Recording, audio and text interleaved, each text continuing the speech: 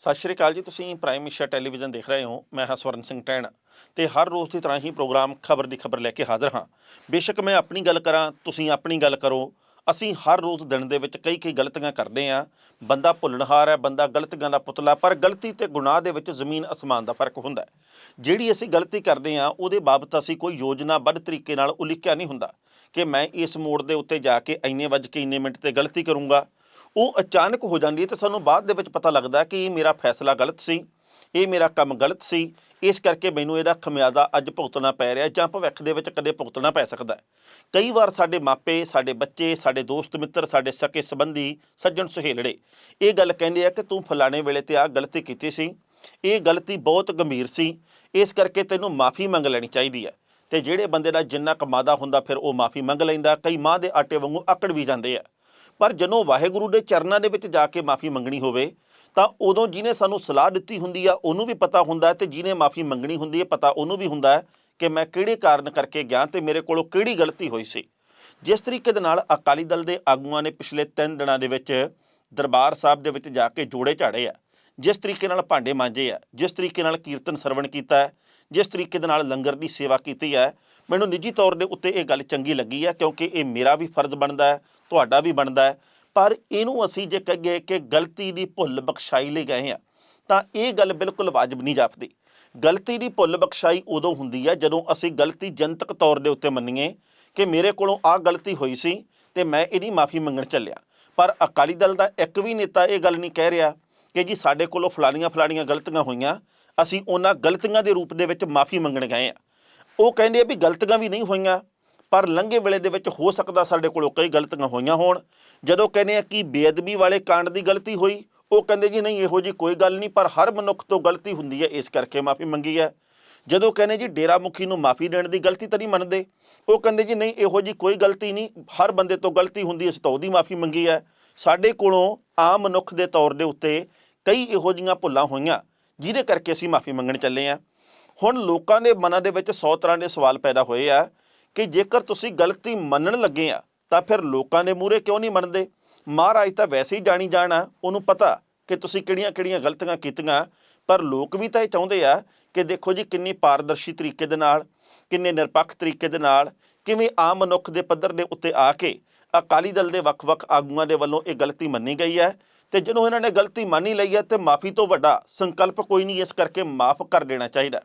ਅਕਾਲੀ ਦਲ ਦੇ ਆਗੂਆਂ ਨੇ ਜਿਸ ਤਰੀਕੇ ਦੇ ਨਾਲ ਆਪਣੀ ਸ਼ਰਧਾ ਭਾਵਨਾ ਪੇਸ਼ ਕਰਨ ਦੀ ਕੋਸ਼ਿਸ਼ ਕੀਤੀ, ਜਿਸ ਤਰੀਕੇ ਦੇ ਨਾਲ ਇੱਥੇ ਰੈੱਡ ਕਾਰਪੇਟ ਵਿਛਾਇਆ ਗਿਆ, ਜਿਸ ਤਰੀਕੇ ਦੇ ਨਾਲ ਲੰਗਰ ਹਾਲ ਦੇ ਸਾਹਮਣੇ ਜੁੱਤੀਆਂ ਜੋੜਿਆਂ ਦੇ ਸਮੇਤ ਸੁਰੱਖਿਆ ਕਰਮਚਾਰੀ ਪਹੁੰਚ ਗਏ, ਇਹ ਗੱਲ ਕਹਿਣੀ ਭੁੱਲਣੀ ਨਹੀਂ ਚਾਹੀਦੀ ਕਿ ਅਕਾਲੀ ਦਲ ਭੁੱਲ ਬਖਸ਼ਾਉਣ ਗਿਆ ਸੀ ਪਰ ਕਈ ਨਵੀਆਂ ਭੁੱਲਾਂ ਕਰਕੇ ਵਾਪਸ ਆਇਆ। ਅਕਾਲੀ ਦਲ ਉੱਥੇ ਭੁੱਲ ਬਖਸ਼ਾਉਣ ਗਿਆ ਹੋਵੇ ਪਰ ਫੇਸਬੁੱਕ ਦੇ ਉੱਤੇ ਲਾਈਵ ਹੋਣ ਦੀ ਕੀ ਲੋੜ ਹੈ? ਕਿ ਅਸੀਂ ਭੁੱਲ ਬਖਸ਼ਾਈ ਦੀ ਵੀਡੀਓ ਬਣਾ ਕੇ ਲੋਕਾਂ ਤੱਕ ਇਹ ਸੁਨੇਹਾ ਪਹੁੰਚਾਉਣਾ ਚਾਹੁੰਦੇ ਹਾਂ ਕਿ ਅਸੀਂ ਕਿੰਨੇ ਨਿਮਰਤਾ ਦੇ ਪੁੰਜ ਹਾਂ। ਜਿਹੋ ਜਿਹੀਆਂ ਫੋਟੋਆਂ ਸੋਸ਼ਲ ਮੀਡੀਆ 'ਤੇ ਆਈਆਂ ਕਿ ਕੋਈ ਚੱਪਲ ਪਾਲਿਸ਼ ਕਰ ਰਿਹਾ, ਕੋਈ ਉੱਥੇ ਸਪੋਰਟਸ ਸ਼ੂ ਪਾਲਿਸ਼ ਕਰ ਰਿਹਾ, ਇਹ ਸਾਰੀਆਂ ਖਬਰਾਂ ਬੜੀਆਂ ਜਗ ਹਸਾਈ ਦਾ ਕਾਰਨ ਬਣੀਆਂ। ਇਹ ਸਾਰੀਆਂ ਖਬਰਾਂ ਲੋਕਾਂ ਦੇ ਮਨਾਂ ਵਿੱਚ ਕਈ ਕਿਸਮ ਦੇ ਸਵਾਲ ਪੈਦਾ ਕਰ ਗਈਆਂ। ਸਵਾਲ ਇੱਕ ਇਹ ਵੀ ਹੈ ਕਿ ਗਲਤੀ ਅਕਾਲੀ ਦਲ ਤੋਂ ਜੇ ਹੋਈ ਹੈ ਤੇ ਕੱਲ੍ਹ ਨੂੰ ਆਮ ਆਦਮੀ ਪਾਰਟੀ ਦਾ ਕੋਈ ਵੀ ਆਗੂ ਬੱਜਰ ਗਲਤੀ ਕਰ ਸਕਦਾ ਹੈ, ਕੱਲ੍ਹ ਨੂੰ ਮੈਂ ਵੀ ਗਲਤੀ ਕਰ ਸਕਦਾ, ਕੱਲ੍ਹ ਨੂੰ ਕੋਈ ਕਾਂਗਰਸ ਦਾ ਆਗੂ ਵੀ ਕਰ ਸਕਦਾ ਹੈ, ਉਹ ਵੀ ਇੱਥੇ ਇਸੇ ਤਰੀਕੇ ਨਾਲ ਜਾ ਕੇ ਭੁੱਲ ਬਖਸ਼ਾਈ ਕਰ ਸਕਦਾ ਹੈ। ਪਰ ਉਹ ਭੁੱਲ ਬਖਸ਼ਾਈ ਹੁੰਦੀ ਹੈ ਜਿਹੜੀ ਉਹ ਅਕਾਲ ਤਖਤ ਸਾਹਿਬ ਦੇ ਉੱਤੇ ਜਥੇਦਾਰ ਦੇ ਵੱਲੋਂ ਕਰਵਾਈ ਗਈ ਹੁੰਦੀ ਹੈ। ਉਹਨਾਂ ਦੇ ਵੱਲੋਂ ਜੋ ਗੱਲ ਕਹੀ ਜਾਂਦੀ ਹੈ, ਜੋ ਆਦੇਸ਼ ਦਿੱਤਾ ਜਾਂਦਾ ਹੈ ਕਿ ਫਲਾਣੇ ਵਿਅਕਤੀ ਨੂੰ ਫਲਾਣੀ ਭੁੱਲ ਬਖਸ਼ਾਉਣ ਦੇ ਲਈ ਇੰਨਾ ਚਿਰ ਕੀਰਤਨ ਸਰਵਣ ਕਰਨਾ ਪਊਗਾ, ਇੰਨੇ ਪੈਸਿਆਂ ਦੀ ਕੜਾਹ ਪ੍ਰਸ਼ਾਦ ਦੀ ਦੇਗ ਕਰਵਾਉਣੀ ਪਊਗੀ, ਇੰਨਾ ਚਿਰ ਇੱਥੇ ਸਾਫ਼ ਸਫਾਈ ਦਾ ਕੰਮ ਕਰਨਾ ਪਊਗਾ, ਇੰਨਾ ਚਿਰ ਜੋੜੇ ਝਾੜੇ ਜਾਣਗੇ, ਇੰਨਾ ਚਿਰ ਭਾਂਡੇ ਮਾਂਜੇ ਜਾਣਗੇ। ਉਹ ਸਾਰੇ ਕੁਝ ਦਾ ਹੁਕਮ ਜਾਰੀ ਹੁੰਦਾ ਤੇ ਮੀਡੀਆ ਦੇ ਵਿੱਚ ਸਭ ਨੂੰ ਪਤਾ ਹੁੰਦਾ। ਇਹ ਪਹਿਲੀ ਮਾਫ਼ੀ ਹੈ ਜਿਹੜੀ ਕਿ ਬਾਦਲ ਪਰਿਵਾਰ ਦੇ ਵੱਲੋਂ ਮੰਗੀ ਤਾਂ ਗਈ ਹੈ, ਅਕਾਲੀ ਦਲ ਦੇ ਆਗੂਆਂ ਨੇ ਮੰਗ ਲਈ ਹੈ, ਪਰ ਇਹ ਨਹੀਂ ਪਤਾ ਵੀ ਇਹਨਾਂ ਦੇ ਮਨ ਦੇ ਵਿੱਚ ਕਿਹੜੀ ਗਲਤੀ ਦੀ ਮਾਫ਼ੀ ਹੈ। ਜੇਕਰ ਅਸੀਂ ਆਮ ਮਨੁੱਖ ਦੇ ਤੌਰ ਦੇ ਉੱਤੇ ਸੋਚਦੇ ਹਾਂ ਤਾਂ ਗਲਤੀ ਕਰਨ ਤੋਂ ਬਾਅਦ ਗਲਤੀ ਮੰਨ ਲੈਣੀ ਚਾਹੀਦੀ ਹੈ, ਪਰ ਜ਼ਰੂਰ ਦੱਸਣਾ ਚਾਹੀਦਾ ਕਿ ਅਸੀਂ ਗਲਤੀ ਕਿਹੜੀ ਕੀਤੀ ਹੈ। ਵੱਖ-ਵੱਖ ਪਾਰਟੀਆਂ ਦੇ ਰਾਜਨੀਤਿਕ ਆਗੂਆਂ ਨੂੰ ਹੁਣ ਟਕੋਰਾਂ ਕਰਨ ਦਾ ਮੌਕਾ ਮਿਲਿਆ। ਸੁਨੀਲ ਜਾਖੜ ਹੋਰਾਂ ਨੇ ਇਹ ਗੱਲ ਕਹੀ ਹੈ ਕਿ ਬਾਦਲ ਪਰਿਵਾਰ ਦਾ ਅੱਜ ਤੱਕ ਦਾ ਇਹ ਸਭ ਤੋਂ ਵੱਡਾ ਪਖੰਡ ਹੈ ਕੈਪਟਨ ਅਮਰਿੰਦਰ ਸਿੰਘ ਨੇ ਇਹ ਗੱਲ ਕਹੀ ਹੈ ਕਿ ਮਗਰਮੱਛ ਦੇ ਅਥਰੂ ਵਹਾਉਣ ਦੇ ਲਈ ਗਏ ਨੇ ਬਾਦਲ ਪਰਿਵਾਰ ਦੇ ਵੱਖ-ਵੱਖ ਮੈਂਬਰ ਦਰਬਾਰ ਸਾਹਿਬ ਦੇ ਵਿੱਚ। ਨਵਜੋਤ ਕੌਰ ਸਿੱਧੂ ਨੇ ਇਹ ਗੱਲ ਕਹੀ ਹੈ ਕਿ 10 ਸਾਲ ਬਾਦਲ ਪਰਿਵਾਰ ਨੇ ਰਾਜ ਨਹੀਂ ਸੇਵਾ ਦੇ ਨਾਂ ਦੇ ਉੱਤੇ ਗਲਤੀਆਂ ਹੀ ਕੀਤੀਆਂ, ਇਸ ਕਰਕੇ ਲਗਾਤਾਰ 10 ਸਾਲ ਮਾਫੀਆਂ ਵੀ ਮੰਗਣੀਆਂ ਚਾਹੀਦੀਆਂ। ਰਣਜੀਤ ਸਿੰਘ ਬ੍ਰਹਮਪੁਰਾ ਹੋਰਾਂ ਨੇ ਇਹ ਗੱਲ ਕਹੀ ਹੈ ਕਿ ਇਹਨਾਂ ਦੇ ਪਖੰਡਾਂ ਦੇ ਵਿੱਚ ਨਹੀਂ ਆਉਣਾ ਚਾਹੀਦਾ, ਇਹ ਇਹਨਾਂ ਦਾ ਹੁਣ ਤੱਕ ਦਾ ਸਭ ਤੋਂ ਵੱਡਾ ਡਰਾਮਾ, ਸਭ ਤੋਂ ਵੱਡਾ ਪਖੰਡ ਹੈ। ਯਾਨੀ ਕਿ ਲੋਕਾਂ ਦੇ ਮਨ ਦੇ ਵਿੱਚ ਵੱਖੋ ਵੱਖਰੀ ਧਾਰਨਾ। ਅਸੀਂ ਇਹ ਨਹੀਂ ਕਹਿੰਦੇ ਕਿ ਜਿਹੜੀ ਧਾਰਨਾ ਲੋਕਾਂ ਦੇ ਮਨਾਂ ਦੇ ਵਿੱਚ ਇਹ 100% ਦੀ ਸਹੀ ਹੋਊਗੀ। ਹੋ ਸਕਦਾ ਅਕਾਲੀ ਦਲ ਦੇ ਵੱਖ-ਵੱਖ ਆਗੂਆਂ ਦੇ ਮਨ ਦੇ ਵਿੱਚ ਇੱਕ ਪਛਤਾਵਾ ਵੀ ਹੋਵੇ, ਕਿਉਂਕਿ ਅਸੀਂ ਸਧਾਰਨ ਮਨੁੱਖ ਦੇ ਤੌਰ ਦੇ ਉੱਤੇ ਪਛਤਾਵਾ ਵੀ ਕਰਦੇ ਹਾਂ, ਹੱਕ ਵੀ ਹੈ ਸਾਡਾ ਪਛਤਾਵਾ ਕਰਨਾ, ਸਾਡੇ ਫਰਜ਼ ਵੀ ਹੈ ਜਿਹੜੇ ਸਾਨੂੰ ਨਿਭਾਉਣੇ ਚਾਹੀਦੇ ਆ। ਪਰ ਜੋ ਖਬਰਾਂ ਸਾਡੇ ਤੱਕ ਆਪਣੀਆਂ ਤੇ ਜਿਸ ਤਰੀਕੇ ਦੇ ਨਾਲ ਅੱਜ ਅਖੰਡ ਪਾਠ ਸਾਹਿਬ ਦੇ ਭੋਗ ਤੋਂ ਬਾਅਦ ਸਰਦਾਰ ਪ੍ਰਕਾਸ਼ ਸਿੰਘ ਬਾਦਲ ਜਿੰਨਾ ਵੀ ਚਿਰ ਮੀਡੀਆ ਦੇ ਸਾਹਮਣੇ ਆਏ ਆ, ਉਹਨਾਂ ਨੇ ਇੱਦਾਂ ਹੱਥ ਹੀ ਜੋੜੀ ਰੱਖੇ ਆ ਤੇ ਬੇਨਤੀਆਂ ਹੀ ਕਰੀ ਗਏ ਆ ਕਿ ਅੱਜ ਅਸੀਂ ਕਿਸੇ ਦੇ ਕੋਲੋਂ ਵੀ ਮਾਫੀ ਮੰਗ ਸਕਦੇ ਹਾਂ, ਤੁਹਾਡੇ ਕੋਲੋਂ ਵੀ ਮੰਗਣ ਨੂੰ ਤਿਆਰ ਹਾਂ ਜੇ ਸਾਡੇ ਕੋਲੋਂ ਗਲਤੀ ਹੋਈ ਹੈ। ਹਰ ਮਨੁੱਖ ਗਲਤੀਆਂ ਕਰਦਾ ਹੈ। ਪੱਤਰਕਾਰ ਪੁੱਛੀ ਗਏ ਕਿਹੜੀ ਗਲਤੀ ਹੈ ਤਾਂ ਦੱਸੋ। ਉਹ ਕਹਿੰਦੇ ਜੀ ਅੱਜ ਤਾਂ ਸਭ ਕੁਝ ਹੀ ਆ, ਅੱਜ ਸਾਨੂੰ ਕੋਈ ਸਵਾਲ ਨਾ ਕਰੋ, ਅੱਜ ਸਾਨੂੰ ਬਿਲਕੁਲ ਨਾ ਕਰੇ ਦਿਓ, ਮੈਂ ਫੇਰ ਆ ਜਾਊਂ ਕਿਸੇ ਦਿਨ, ਅੱਜ ਸਿਰਫ ਮਾਫੀਆਂ ਦਾ ਦਿਨ ਹੈ, ਅੱਜ ਸਾਨੂੰ ਸਿਰਫ ਤੇ ਸਿਰਫ ਮਾਫ ਕਰ ਲਓ। ਬਹੁਤ ਸਾਰੀਆਂ ਖਬਰਾਂ ਸਾਡੇ ਤੱਕ ਆਪਣੀਆਂ, ਪਹਿਲਾਂ ਉਹਨਾਂ ਦੇ ਵਿੱਚੋਂ ਕੁਝ ਇੱਕ ਦਾ ਵੇਰਵਾ ਸਾਂਝਾ ਕਰਦੇ ਹਾਂ, ਬਾਅਦ ਵਿੱਚ ਕਰਾਂਗੇ ਟਿੱਪਣੀ। ਜੇਕਰ ਕੋਈ ਗਲਤੀ ਹੋਈ ਹੈ ਤਾਂ ਗੁਰੂ ਸਾਹਿਬ ਬਖਸ਼ਣਹਾਰ ਨੇ, ਉਹ ਬਖਸ਼ ਦੇਣ। ਅਸੀਂ ਗੁਰੂ ਦੇ ਦਰ ਤੇ ਭੁੱਲਾਂ ਦੀ ਬਖਸ਼ਿਸ਼ ਕਰਵਾਉਣ ਵਾਸਤੇ ਹਾਜ਼ਰ ਹੋਏ ਹਾਂ। ਇਹ ਸ਼ਬਦ 3 ਦਿਨਾਂ ਤੋਂ ਹਰਿਮੰਦਰ ਸਾਹਿਬ ਅੰਮ੍ਰਿਤਸਰ ਦੇ ਵਿੱਚ ਜੋੜਿਆਂ ਦੀ ਸੇਵਾ, ਭਾਂਡੇ ਮਾਂਜ ਕੇ ਭੁੱਲਾਂ ਬਖਸ਼ਾ ਰਹੇ ਪੰਜਾਬ ਦੇ ਸਾਬਕਾ ਮੁੱਖ ਮੰਤਰੀ ਪ੍ਰਕਾਸ਼ ਸਿੰਘ ਬਾਦਲ ਦੇ ਨੇ। ਉਮੀਦ ਸੀ ਕਿ ਅਖੰਡ ਪਾਠ ਸਾਹਿਬ ਦੇ ਭੋਗ ਪੈਣ ਤੋਂ ਬਾਅਦ ਅਕਾਲੀ ਦਲ ਦੀ ਲੀਡਰਸ਼ਿਪ ਕੁਝ ਦੱਸੇਗੀ ਕਿ ਇਹ ਕਿਹੜੀਆਂ ਭੁੱਲਾਂ ਬਖਸ਼ਾ ਰਹੀ ਹੈ, ਪਰ ਅਜਿਹਾ ਹੋਇਆ ਨਹੀਂ। ਪੱਤਰਕਾਰਾਂ ਨੇ ਜਦੋਂ ਅੱਜ ਬਾਦਲ ਨੂੰ ਪੁੱਛਿਆ ਕਿ ਤੁਸੀਂ ਕਿਹੜੀਆਂ ਭੁੱਲਾਂ ਬਖਸ਼ਾਈਆਂ ਨੇ ਤਾਂ ਬਾਦਲ ਨੇ ਕੁਝ ਦੱਸਿਆ ਨਹੀਂ। ਤਕਰੀਬਨ 5 ਮਿੰਟ ਤੱਕ ਪੱਤਰਕਾਰਾਂ ਨਾਲ ਗੱਲਬਾਤ ਕਰਨ ਤੋਂ ਬਾਅਦ ਉਹਨਾਂ ਨੇ ਕਿਸੇ ਵੀ ਸਵਾਲ ਦਾ ਸਿੱਧਾ ਜਵਾਬ ਨਹੀਂ ਦਿੱਤਾ। ਬਰਗਾੜੀ ਮੋਰਚੇ ਤੋਂ ਲੈ ਕੇ ਅਕਾਲ ਤਖਤ ਤੋਂ ਡੇਰਾ ਮੁਖੀ ਨੂੰ ਮਾਫ ਕਰਨ ਵਰਗੇ ਸਵਾਲਾਂ ਤੇ ਬਾਦਲ ਕਹਿੰਦੇ ਨਜ਼ਰ ਆਏ ਕਿ ਮੈਂ ਇਸ ਸਮਾਗਮ ਨੂੰ ਸਿਆਸੀ ਤੌਰ ਤੇ ਕਿਤੇ ਨਹੀਂ ਲਿਜਾਣਾ ਚਾਹੁੰਦਾ। ਉਹਨਾਂ ਨੇ ਕਿਹਾ ਕਿ ਅਸੀਂ 3 ਦਿਨ ਤੱਕ ਸਤਿਕਾਰ ਸਹਿਤ ਤੇ ਨਿਮਰਤਾ ਸਹਿਤ ਵਾਹਿਗੁਰੂ ਦੇ ਅੱਗੇ ਅਪੀਲ ਕੀਤੀ ਹੈ। ਅਸੀਂ ਪਹਿਲਾਂ ਵੀ ਮਾਫੀ ਮੰਗੀ ਹੈ, ਤੁਹਾਡੇ ਤੋਂ ਤੇ ਸੰਗਤ ਤੋਂ ਵੀ ਮਾਫੀ ਮੰਗਦੇ ਹਾਂ। ਸਾਡੇ ਤੋਂ ਮੁਆਫੀ ਤਾਂ ਜਿਸ ਤੋਂ ਮਰਜ਼ੀ ਮੰਗਾ ਲਓ। ਜਾਣੇ ਅਣਜਾਣੇ ਦੇ ਵਿੱਚ ਕੀਤੀਆਂ ਗਈਆਂ ਭੁੱਲਾਂ ਦੀ ਮਾਫੀ ਮੰਗਣ ਦੇ ਲਈ ਅਕਾਲੀ ਦਲ ਦੀ ਸਿਖਰਲੀ ਲੀਡਰਸ਼ਿਪ ਸ਼ਨੀਵਾਰ ਨੂੰ ਦਰਬਾਰ ਸਾਹਿਬ ਅੰਮ੍ਰਿਤਸਰ ਦੇ ਵਿੱਚ ਪਹੁੰਚੀ ਸੀ। ਅੱਜ ਅਕਾਲੀ ਦਲ ਦੇ ਸਾਰੇ ਹੀ ਸੀਨੀਅਰ ਨੇਤਾ ਪ੍ਰਕਾਸ਼ ਸਿੰਘ ਬਾਦਲ ਦੇ ਨਾਲ ਹਾਜ਼ਰ ਸਨ। ਇਸ ਖਬਰ ਦੇ ਉੱਤੇ ਟਿੱਪਣੀ ਕਰਦੇ ਹਾਂ ਦੋਸਤੋ, ਪਹਿਲੀ ਗੱਲ ਤਾਂ ਅਸੀਂ ਕਹਾਂਗੇ ਇਹ ਗੱਲ ਸਭ ਨੂੰ ਪਤਾ ਹੈ ਕਿ ਲੰਘੇ ਵੇਲੇ ਦੇ ਵਿੱਚ ਅਕਾਲੀ ਦਲ ਦੇ ਆਗੂਆਂ ਨੇ ਬਹੁਤ ਸਾਰੀਆਂ ਗਲਤੀਆਂ ਕੀਤੀਆਂ ਬਾਕੀ ਵੀ ਸਾਰਿਆਂ ਨੇ ਆ, ਪਰ ਕਿਉਂਕਿ ਬੇਅਦਬੀ ਕਾਂਡ ਤੋਂ ਬਾਅਦ ਇੱਕ ਇਹੋ ਜਿਹੀ ਗੱਲ ਸ਼ੁਰੂ ਹੋਈ ਜਿਹਦੇ ਕਰਕੇ ਲੋਕਾਂ ਦੇ ਮਨਾਂ ਦੇ ਵਿੱਚ ਰੋਸ ਪ੍ਰਚੰਡ ਹੋਇਆ ਤੇ ਹਾਲੇ ਤੱਕ ਉਹ ਰੋਸ ਬਰਕਰਾਰ ਹੈ। ਅਸੀਂ ਇਹ ਨਹੀਂ ਕਹਿੰਦੇ ਕਿ ਕਾਂਗਰਸ ਨੇ ਕੋਈ ਗਲਤੀ ਨਹੀਂ ਕੀਤੀ, ਨਾ ਅਸੀਂ ਇਹ ਗੱਲ ਕਹਿੰਦੇ ਆ ਕਿ ਜਦੋਂ ਤੋਂ ਕਾਂਗਰਸ ਦੀ ਸਰਕਾਰ ਆਈ ਆ ਇਹਨਾਂ ਨੇ ਚਮਤਕਾਰ ਕਰਕੇ ਦਿਖਾਤਾ, ਕੱਖ ਨਹੀਂ ਕੀਤਾ ਹਾਲੇ ਤੱਕ। ਕਾਂਗਰਸ ਦੀ ਸਰਕਾਰ ਨੇ ਲੋਕਾਂ ਨੂੰ ਸਿਰਫ ਤੇ ਸਿਰਫ ਅੰਕੜਿਆਂ ਦੇ ਵਿੱਚ ਉਲਝਾ ਕੇ ਰੱਖਿਆ। ਜੇਕਰ ਅਸੀਂ ਮੰਗਾਂ ਦੀ ਗੱਲ ਕਰੀਏ, ਜੇਕਰ ਅਸੀਂ ਮੈਨੀਫੈਸਟੋ ਦੇ ਵਿੱਚ ਕੀਤੇ ਗਏ ਵਾਅਦਿਆਂ ਦੀ ਗੱਲ ਕਰੀਏ ਤਾਂ ਕਾਂਗਰਸ ਲੋਕਾਂ ਦੀਆਂ ਉਮੀਦਾਂ ਦੇ ਉੱਤੇ ਹਾਲੇ ਤੱਕ ਖਰੀ ਨਹੀਂ ਉਤਰੀ। ਬਾਕੀ ਵਕਤ ਦੱਸੂਗਾ ਖਰੀ ਉਤਰਦੀ ਹੈ ਕਿ ਨਹੀਂ ਉਤਰਦੀ। ਜੋ ਆਮ ਆਦਮੀ ਪਾਰਟੀ ਵਾਲੇ ਨੇ ਉਹਨਾਂ ਨੇ ਵਿਰੋਧੀ ਧਿਰ ਦੇ ਤੌਰ ਦੇ ਉੱਤੇ ਕੋਈ ਵਧੀਆ ਜ਼ਿੰਮੇਵਾਰੀ ਨਹੀਂ ਅਦਾ ਕੀਤੀ, ਇਹ ਵੀ ਆਪਾਂ ਸਾਰੇ ਜਾਣਦੇ ਹਾਂ। ਪਰ ਅਕਾਲੀ ਦਲ ਨੇ ਕਿਉਂਕਿ 10 ਵਰ੍ਹੇ ਰਾਜ ਕੀਤਾ, ਰਾਜ ਨਹੀਂ ਸੇਵਾ ਦਾ ਨਾਅਰਾ ਦੇ ਕੇ ਰਾਜ ਕੀਤਾ, ਇਸ ਕਰਕੇ ਉਹਨਾਂ ਦੇ ਉੱਤੇ ਹਾਲੇ ਤੱਕ ਹਰਖ ਵੀ ਬਹੁਤ ਆ। ਲੋਕਾਂ ਦੇ ਮਨ ਦੇ ਵਿੱਚ ਗਿਲੇ ਸ਼ਿਕਵੇ ਬਹੁਤ ਸਾਰੇ ਆ।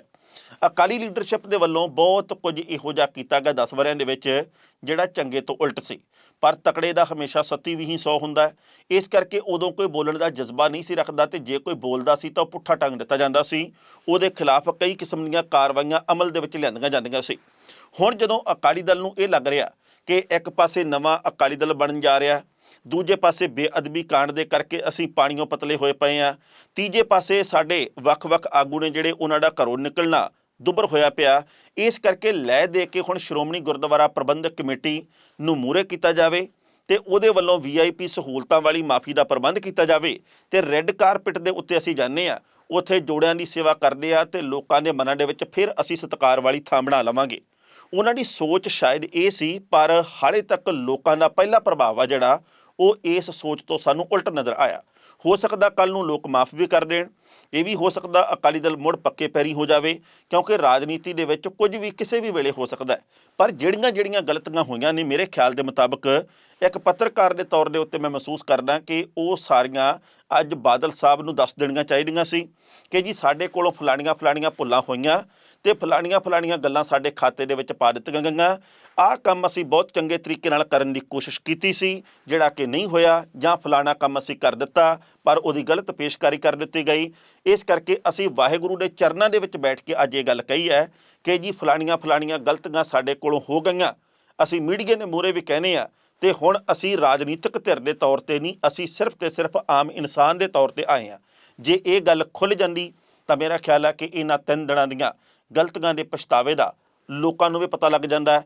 ਹੁਣ ਤਾਂ ਫਿਰ ਉਹੀ ਗੱਲ ਆ ਗਈ, ਜਾਂ ਤਾਂ ਅਕਾਲੀ ਦਲ ਦੇ ਨੇਤਾ ਜਾਣਦੇ ਆ, ਜਾਂ ਫਿਰ ਵਾਹਿਗੁਰੂ ਜਾਣਦਾ, ਤੇ ਜਾਂ ਫਿਰ ਜਿਹੜੀ ਲੋਕਾਂ ਦੀ ਧਾਰਨਾ, ਲੋਕ ਜੋ ਮਨ ਦੇ ਵਿੱਚ ਸੋਚਦੇ ਆ ਕਿ ਇਹਨਾਂ ਨੇ ਫਲਾਣੇ ਗੁਨਾਹ ਕੀਤੇ ਆ, ਉਹਦੇ ਕਰਕੇ ਇਹਨਾਂ ਦੇ ਵੱਲੋਂ ਇਹ ਆਖਰੀ ਚਾਰਾ ਚੱਲਿਆ ਗਿਆ। ਪਰ ਇਹ ਵੀ ਪਤਾ ਲੱਗਾ ਕਿ ਸ਼੍ਰੋਮਣੀ ਕਮੇਟੀ ਨੇ ਅਕਾਲੀ ਦਲ ਦੇ ਆਗੂਆਂ ਦੀ ਸੇਵਾ ਪਾਣੀ ਦੇ ਵਿੱਚ ਕਸਰ ਕੋਈ ਬਾਕੀ ਨਹੀਂ ਛੱਡੀ। ਖਬਰਾਂ ਦੇ ਉੱਤੇ ਵਿਚਾਰ ਚਰਚਾ ਦੋਸਤੋ ਅਸੀਂ ਇਸੇ ਤਰੀਕੇ ਨਾਲ ਜਾਰੀ ਰੱਖਾਂਗੇ, ਪਰ ਪਹਿਲਾਂ ਲੈਣੇ ਇੱਕ ਛੋਟੀ ਜਿਹੀ ਬ੍ਰੇਕ।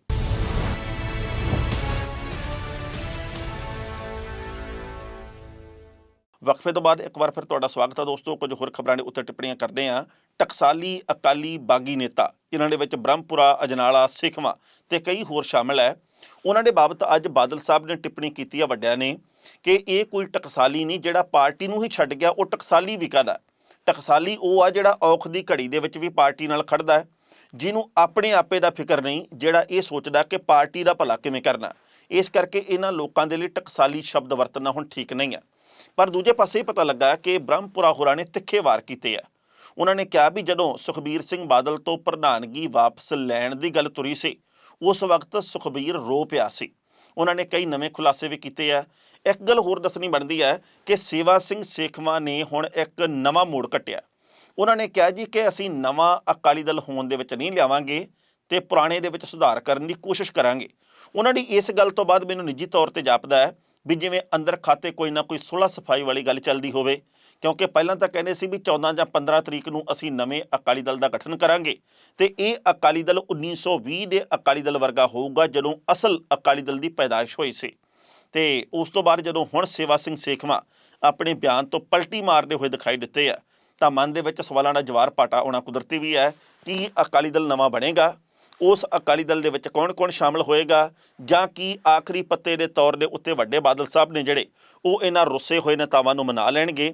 ਇਹ ਵਕਤ ਦੇ ਗਰਭ ਦੇ ਵਿੱਚ ਲੁਕੀ ਹੋਈ ਗੱਲ ਹੈ। ਪਰ ਅੱਜ ਬ੍ਰਹਮਪੁਰਾ ਹੋਰਾਂ ਨੇ ਜਿਹੜੇ ਸ਼ਬਦਕ ਵਾਰ ਕੀਤੇ ਨੇ ਸੁਖਬੀਰ ਸਿੰਘ ਬਾਦਲ ਦੇ ਉੱਤੇ ਤੇ ਅਕਾਲੀ ਦਲ ਦੀ ਸਮੁੱਚੀ ਲੀਡਰਸ਼ਿਪ ਤੇ, ਉਹਦੇ ਵਿੱਚੋਂ ਕੁਝ ਇੱਕ ਦਾ ਵੇਰਵਾ ਇਸ ਤਰੀਕੇ ਨਾਲ ਕਿ ਸੀਨੀਅਰ ਟਕਸਾਲੀ ਆਗੂ ਰਣਜੀਤ ਸਿੰਘ ਬ੍ਰਹਮਪੁਰਾ ਨੇ ਕਿਹਾ ਕਿ ਬਾਦਲ ਪਰਿਵਾਰ ਨੇ ਅਕਾਲੀ ਦਲ ਨੂੰ ਬੜੇ ਮਾੜੇ ਹਾਲਾਤ ਤੇ ਲਿਆ ਕੇ ਖੜਾ ਕਰ ਦਿੱਤਾ ਹੈ।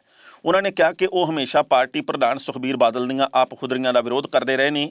ਹਰ ਮੀਟਿੰਗ ਦੇ ਵਿੱਚ ਉਹ ਇਸ ਆਗੂ ਨੂੰ ਅਜਿਹੇ ਮਾੜੇ ਕੰਮਾਂ ਤੋਂ ਵਰਜਦੇ ਸਨ। ਉਹਨਾਂ ਨੇ ਕਿਹਾ ਕਿ ਜਦੋਂ ਸੁਖਬੀਰ ਤੋਂ ਚੋਣਾਂ ਹਾਰਨ ਤੋਂ ਬਾਅਦ ਅਸਤੀਫਾ ਮੰਗਿਆ ਤਾਂ ਉਹ ਮੀਟਿੰਗ ਦੇ ਵਿੱਚ ਰੋਣ ਲੱਗ ਪਿਆ ਸੀ। ਉਹਨਾਂ ਕਿਹਾ ਕਿ ਬਾਦਲਾਂ ਦਾ ਜਿਹੜਾ ਹਾਲ ਹੁਣ ਹੋਇਆ ਇਹ ਕਦੇ ਵੀ ਨਹੀਂ ਸੀ ਹੋਇਆ। ਲੋਕ ਜਿਹੜੀ ਕੁੱਤੇ ਖਾਣੀ ਬਾਦਲਾਂ ਨਾਲ ਹੁਣ ਕਰ ਰਹੇ ਨੇ ਇਹ ਕਦੇ ਵੀ ਨਹੀਂ ਸੀ ਹੋਈ। ਉਹਨਾਂ ਨੇ ਕਿਹਾ ਕਿ ਬਾਦਲਾਂ ਨੇ ਸਿੱਖ ਪੰਥ, ਅਕਾਲ ਤਖਤ ਸਾਹਿਬ ਦੀ ਤੋਹੀਨ ਕੀਤੀ ਹੈ। ਅਕਾਲੀ ਦਲ ਦੇ ਵਿੱਚ ਚੰਗੇ ਆਗੂਆਂ ਦੀ ਕੋਈ ਕਮੀ ਨਹੀਂ ਹੈ, ਪਰ ਬਾਦਲ ਟੱਬਰ ਲਾਂਭੇ ਤਾਂ ਹੋਵੇ। ਉਹਨਾਂ ਨੇ ਕਿਹਾ ਕਿ 16 ਦਸੰਬਰ ਨੂੰ ਅਕਾਲ ਤਖਤ ਸਾਹਿਬ ਤੇ ਮੱਥਾ ਟੇਕ ਕੇ ਪਾਰਟੀ ਦਾ ਅਸੀਂ ਐਲਾਨ ਕਰਾਂਗੇ। ਪਾਰਟੀ ਦਾ ਨਾਂ ਸ਼੍ਰੋਮਣੀ ਅਕਾਲੀ ਦਲ ਦੇ ਨਾਂ ਦੇ ਉੱਤੇ ਹੋਏਗਾ। 1920 ਦੇ ਅਕਾਲੀ ਦਲ ਦੇ ਸੰਵਿਧਾਨ ਤੇ ਵਿਧਾਨ ਨੂੰ ਲਾਗੂ ਕੀਤਾ ਜਾਵੇਗਾ। ਉਹਨਾਂ ਨੇ ਕਿਹਾ ਕਿ ਸੁਖਬੀਰ ਨੇ ਪੰਜਾਬ ਨੂੰ ਬਰਬਾਦ ਕੀਤਾ ਹੈ, ਇਸ ਲਈ ਉਸ ਤੇ ਗੁੱਸਾ ਆਉਂਦਾ ਹੈ। ਸਾਰਾ ਪੰਜਾਬ ਬਾਦਲਾਂ ਦੇ ਖਿਲਾਫ ਹੈ। ਸਾਡੀ ਨਵੀਂ ਪਾਰਟੀ ਨੂੰ ਕਾਮਯਾਬੀ ਜ਼ਰੂਰ ਮਿਲੇਗੀ। ਇਸ ਖਬਰ ਦੇ ਉੱਤੇ ਟਿੱਪਣੀ ਕਰਦੇ ਹਾਂ ਦੋਸਤੋ। ਪਹਿਲੀ ਗੱਲ ਤਾਂ ਅਸੀਂ ਕਹਾਂਗੇ ਰਣਜੀਤ ਸਿੰਘ ਬ੍ਰਹਮਪੁਰਾ ਹਾਲੇ ਵੀ ਤਿੱਖੇ ਰੌਂ ਦੇ ਵਿੱਚ ਹੈ, ਪਰ ਸੇਵਾ ਸਿੰਘ ਸੇਖਵਾਂ ਦੇ ਸਾਨੂੰ ਰੌਂ ਥੋੜ੍ਹੇ ਜਿਹੇ ਤਬਦੀਲ ਹੁੰਦੇ ਨਜ਼ਰ ਆ ਰਹੇ ਆ। ਜਿਸ ਤਰੀਕੇ ਨਾਲ ਉਹਨਾਂ ਨੇ ਇਹ ਗੱਲ ਕਹੀ ਕਿ ਜੀ ਅਸੀਂ ਪੁਰਾਣੀ ਪਾਰਟੀ ਦੇ ਵਿੱਚ ਸੁਧਾਰ ਦੀ ਕੋਸ਼ਿਸ਼ ਕਰਾਂਗੇ, ਹੋ ਸਕਦਾ ਅੰਦਰ ਖਾਤੇ ਕੋਈ ਨਾ ਕੋਈ ਮਿਲ ਕੇ ਬੈਠ ਕੇ ਸਮਝੌਤੇ ਦੀ ਗੱਲ ਚੱਲੀ ਹੋਵੇ, ਪਰ ਬ੍ਰਹਮਪੁਰਾ ਹੋਰਾਂ ਦੀਆਂ ਗੱਲਾਂ ਤੋਂ ਇਹ ਜਾਪਦਾ ਹੈ ਕਿ ਸਮਝੌਤੇ ਵਾਲੀ ਕੋਈ ਗੱਲ ਬਾਕੀ ਨਹੀਂ ਬਚੀ। 16 ਤਰੀਕ ਨੂੰ ਇਹਨਾਂ ਦੇ ਵੱਲੋਂ ਪਾਰਟੀ ਦਾ ਐਲਾਨ ਕੀਤਾ ਜਾਊਗਾ।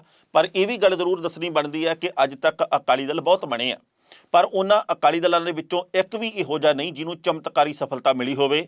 ਜੇਕਰ ਕਿਸੇ ਨੂੰ ਕੋਈ ਥੋੜ੍ਹੀ ਜਿਹੀ ਸਫਲਤਾ ਮਿਲੀ ਹੈ ਤਾਂ ਉਹ ਬੜੀ ਥੋੜ ਚਿਰੀ ਸੀ, ਉਹ ਸਥਾਈ ਤੌਰ ਦੇ ਉੱਤੇ ਨਹੀਂ ਸੀ।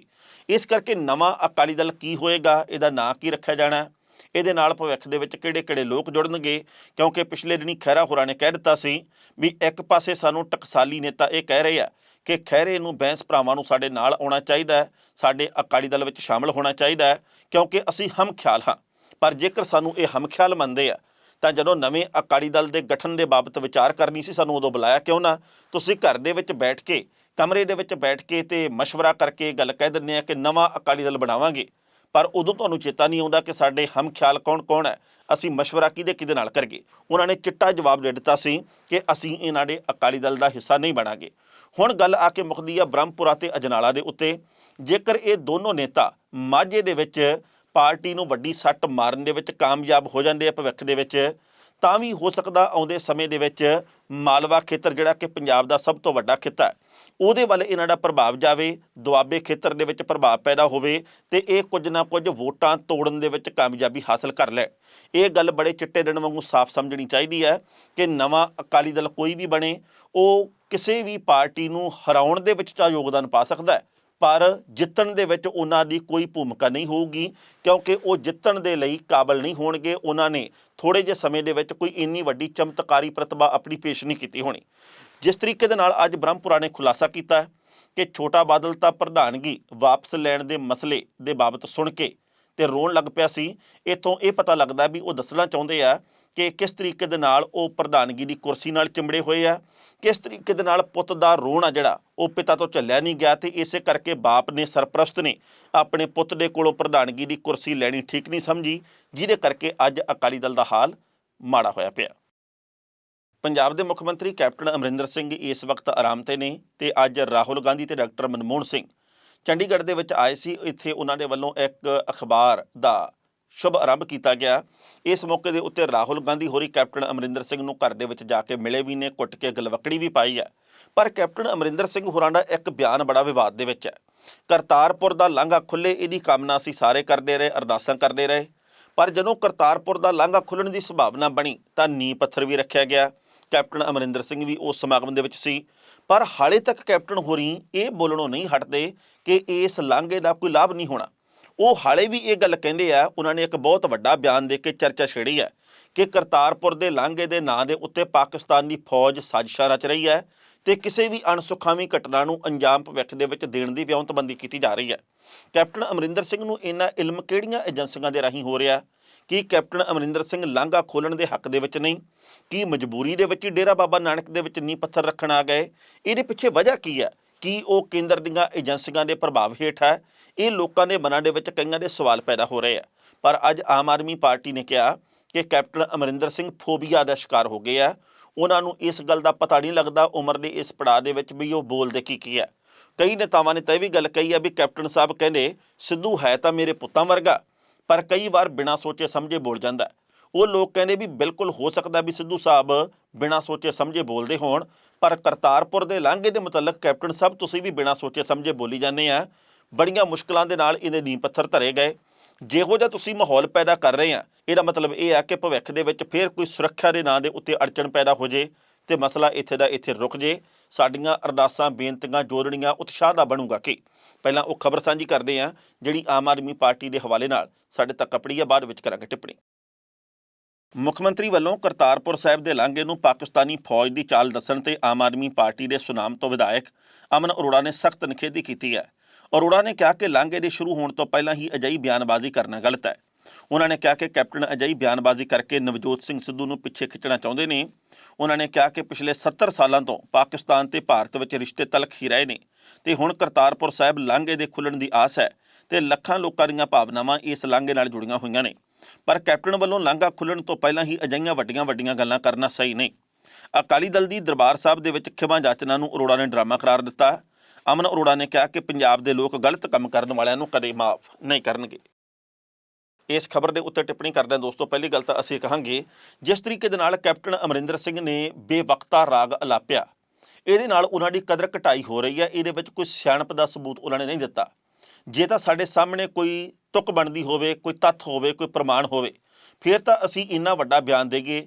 ਪਰ ਅਸੀਂ ਇੱਕ ਅੰਦਾਜ਼ੇ ਦੇ ਆਧਾਰ ਦੇ ਉੱਤੇ ਕਿ ਪਾਕਿਸਤਾਨ ਦੀ ਫੌਜ ਤਾਂ ਸਾਜ਼ਿਸ਼ਾਂ ਰਚ ਰਹੀ ਹੈ, ਇੱਦਾਂ ਜਾਪਦਾ ਵੀ ਜਿਹੜਾ ਇਹਨਾਂ ਨੇ ਡੇਰਾ ਬਾਬਾ ਨਾਨਕ ਦੇ ਵਿੱਚ ਨੀਂਹ ਪੱਥਰ ਵੀ ਰੱਖਿਆ, ਉਹ ਨਾ ਚਾਹੁੰਦੇ ਹੋਏ ਰੱਖਿਆ। ਇਸ ਨੀਂਹ ਪੱਥਰ ਨੂੰ ਇਹ ਰੱਖਣਾ ਨਹੀਂ ਸੀ ਚਾਹੁੰਦੇ ਕੈਪਟਨ ਸਾਹਿਬ ਦੀ ਵੀ ਕੋਈ ਮਜਬੂਰੀ ਹੋਊਗੀ ਜਿਹਦੇ ਕਰਕੇ ਇਹ ਕਰਤਾਰਪੁਰ ਦੇ ਲਾਂਘੇ ਦੇ ਉਹਨਾਂ ਹੱਕ ਦੇ ਵਿੱਚ ਨਹੀਂ ਜਿੰਨਾ ਕਿ ਆਪਣੇ ਆਪ ਨੂੰ ਦਰਸਾ ਰਹੇ ਆ ਪਿਛਲੇ ਸਮੇਂ ਤੋਂ। ਇਸ ਕਰਕੇ ਜਦੋਂ ਲੋਕਾਂ ਦੇ ਮਨ ਦੇ ਵਿੱਚ ਚਾਹ ਉਸ ਵਕਤ ਕੈਪਟਨ ਸਾਹਿਬ ਦਾ ਜਿਹੜਾ ਇਹ ਬਿਆਨ ਆਇਆ, ਇਹਦੇ ਕਰਕੇ ਵਿਰੋਧੀਆਂ ਨੂੰ ਗੱਲ ਕਰਨ ਦਾ ਤਾਂ ਮੌਕਾ ਮਿਲਣਾ ਹੀ ਹੈ।